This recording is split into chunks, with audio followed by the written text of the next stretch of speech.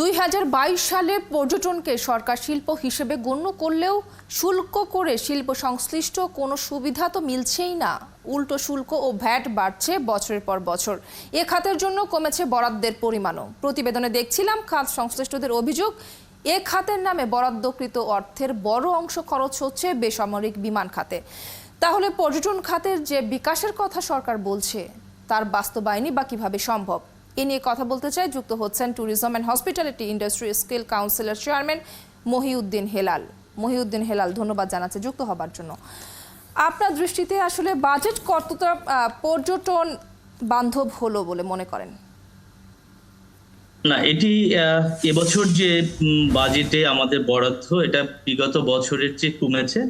আর দ্বিতীয়ত যে ভ্যাটের কথাটি বলা হচ্ছে, মূলত পর্যটন শিল্পটি যে একটি বহুমাত্রিক সেবা খাত, এটিকে গুরুত্ব দেওয়া এবং এটিকে অনুধাবন করা যে একটি দেশের অর্থনীতির উন্নয়নে এবং টেকসই অর্থনীতি, বিশেষ করে গ্রামীণ অর্থনীতির ক্ষেত্রে পর্যটন শিল্প কি পরিমাণ ভূমিকা পালন করতে পারে, এই বিষয়টিকে যদি গুরুত্ব দেওয়া হয় তাহলে পর্যটন শিল্পের ভ্যাট আরোপ করা থেকে এবং বাজেট বরাদ্দের বিষয়টিকে স্পষ্ট হয়। আমি মনে করি এটি মোটেই আমাদের পর্যটন বান্ধব বাজেট নয়, এবং বরঞ্চ আমাদের যে অর্থনৈতিক যে পরিস্থিতি এবং গ্রামীণ অর্থনীতির যে মুক্তির কথা আমাদের প্রধানমন্ত্রী বলেন, ঘরে ঘরে চাকরির কথা বলে, গ্রামে শহরে সেবা নেওয়ার কথা বলেন, সেক্ষেত্রে পর্যটন একটি মাধ্যম হিসাবে কাজ করতে পারে। পর্যটনকে আন্তর্জাতিক বিশ্বে একটি উন্নয়নের মাধ্যম হিসাবে দেখা হয়, আমাদের দেশে এটিকে গুরুত্ব দেওয়া হয় না। একটি বিষয় আমার এখানে বলতে হবে যে পর্যটক একজন, আমাদের দেশে যদি পর্যটন একজন আসেন তাহলে উনি যে পরিমাণ অর্থ এখানে ব্যয় করেন তার পুরোটাই আমাদের দেশে বৈদেশিক মুদ্রা হিসাবে আনা হয়, এবং এর বিপরীতে তিনি কয়েকটি ছবি এবং তার মেমোরি ছাড়া আর কিছু নিয়ে যান না। অন্য শিল্পে আমাদের যে পরিমাণ বিদেশি বিনিয়োগ আসে তার বিপরীতে কোনো পণ্য দিতে হয়। তো পর্যটন শিল্পে যা $1000 আসলে $1000ই এখানে বাংলাদেশের অর্থনীতি সংযুক্ত হয়। তো এই যে গুরুত্বপূর্ণ একটি খাত, বিশ্বের অনেকগুলো দেশ এই খাতটিকে গুরুত্ব দিয়ে তার অর্থনীতি মুক্তি করেছে। আপনারা দেখেছেন কিছুদিন আগে শ্রীলঙ্কার যে মুখ থুবড়ে পড়া অবস্থা, সেটি এই পর্যটন খাতের মাধ্যমে তারা সেই জায়গা থেকে ফিরে এসেছে। বাংলাদেশের যারা পলিসি মেকিং করছেন, যারা গুরুত্বপূর্ণ সিদ্ধান্ত ধারণ করছেন, আমরা মনে করি পর্যটনকে নিছক একটি ইন্ডাস্ট্রি হিসাবে না বিবেচনা করে পর্যটনকে এদেশের উন্নয়নের একটি মাধ্যম হিসাবে বিবেচনা করে ঢেলে সাজাতে হবে। এজন্য আমাদের সেজন্য আসলে কি করা প্রয়োজন মহিউদ্দিন হেলাল? বিশেষ করে একটু জানতে চাইবো যে বাজেট পাশের আগে সরকারকে পর্যটন খাতের কোন কোন দিক আসলে পুনর্বিবেচনা করতেই হবে বলে আপনি মনে করেন?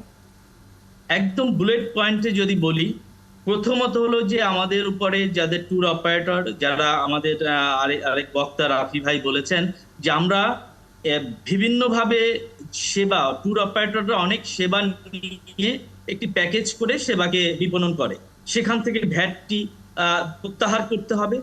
বিদেশিদের যারা আমরা বাংলাদেশে নিয়ে আসি তাদের ইনসেন্টিভ ঘোষণা করতে হবে।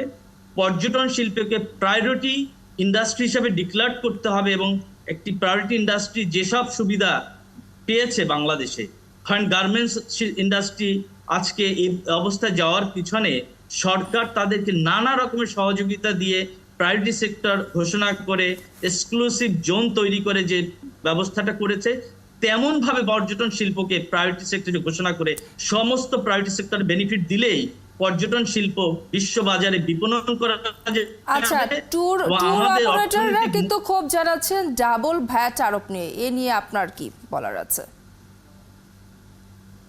সরি, আমি প্রশ্নটি বুঝতে পারিনি। ট্যুর অপারেটর যারা রয়েছেন তারা বিশেষভাবে ক্ষোভ জানাচ্ছেন ডাবল ভ্যাট আরোপ নিয়ে। জি, এটি একটি গুরুত্বপূর্ণ কথা বলেছেন। পর্যটকদের কাছে ট্যুর অপারেটররা অনেক হোটেলের সেবা, হোটেল বুকিং, ট্রান্সপোর্টের টিকিট কেটে এবং ফুড অ্যারেঞ্জমেন্ট, এই টোটালটা মিলে একটা প্যাকেজ করে বিপণন করে 3 দিন 4 দিন 1 সপ্তাহে। সেখানে তো প্রত্যেকটা সেবায় তিনি ভ্যাট দিচ্ছেন। আবার কেন ট্যুর অপারেটর এর উপরে 5 to 10% বেনিফিট করে তারা সেবাটা বিক্রি করে? তাহলে তাকে যদি আবার পুরো টাকার উপর ভ্যাট দিতে হয় তো ডাবল ভ্যাট হয়। তো তো সেটি তো দিলে আমি এমনি আমাদের বক্তব্য আছে যে বিদেশের সাথে বাংলাদেশের স্টার হোটেলগুলোর ভাড়ার অনেক তফাৎ। তো সেটির কিন্তু কারণে মহিউদ্দিন হেলাল, ভারতে কিন্তু মানে এভাবেই আছে, আপনার ডাবল ভ্যাট যদি বলি, যে ট্যুর প্যাকেজের উপরে কিন্তু ভ্যাট আছে আলাদা করে। তাদের পর্যটন শিল্পটি যে পর্যায়ে পৌঁছেছে সেই পর্যায়ে যদি বাংলাদেশের পর্যটন শিল্প পৌঁছতে হয়, বাংলাদেশ সরকারকে অনেক বেশি বিনিয়োগ, এটি কিন্তু আমাদের এখনো স্টার্ট আপ, জি, পর্যটন শিল্পই আসে নাই। সেই জায়গাটায় আমাদেরকে সাশ্রয়ী অবস্থা দিয়ে অনেক ইনভেস্টমেন্ট করে এই সেক্টর দাঁড় করাতে হবে। এটি আগে আমাদের এখন পর্যন্ত পর্যটন শিল্প আমরা বিদেশের বাজারে আমাদের অবস্থান স্পষ্ট করতে পারি নাই, আমাদের প্রোডাক্ট রেডি করতে পারি নাই। আমি অত্যন্ত আশাবাদী বাংলাদেশের যে সামগ্রিকভাবে যে উন্নয়ন হয়েছে, এই উন্নয়নের সাথে পর্যটন সংশ্লিষ্ট, পদ্মা ব্রিজ হয়েছে, পদ্মার দুপারে পর্যটন পণ্য সারা বিশ্বে বিপণন করা সম্ভব হবে। তো এটি তো আমাদের স্বপ্ন দেখাচ্ছে, আলো দেখাচ্ছে। এখন এই সেক্টরটিতে গুরুত্বপূর্ণ প্রায়োরিটি খাত ডিক্লেয়ার করে সারা বাংলাদেশি পর্যটন শিল্পকে প্রোডাক্ট হিসাবে তৈরি করতে হবে প্রথম, তারপর বিপণন, তারপর বিজনেস। আমরা তো এখন খুঁড়ে এই যে ট্যুর অপারেটররা আছে, এত নিয়ম কানুন, ভ্যাট ডাবল হলে আমি তো মনে করি আগামী বছর ধরে পড়ে যাবে। পর্যটন শিল্পে বিশেষভাবে নজর দিবেন সরকার। অসংখ্য ধন্যবাদ জানাচ্ছি মহিউদ্দিন হেলাল যুক্ত হবার জন্য, এই মুহূর্তে আমাদেরকে সময় দেওয়ার জন্য।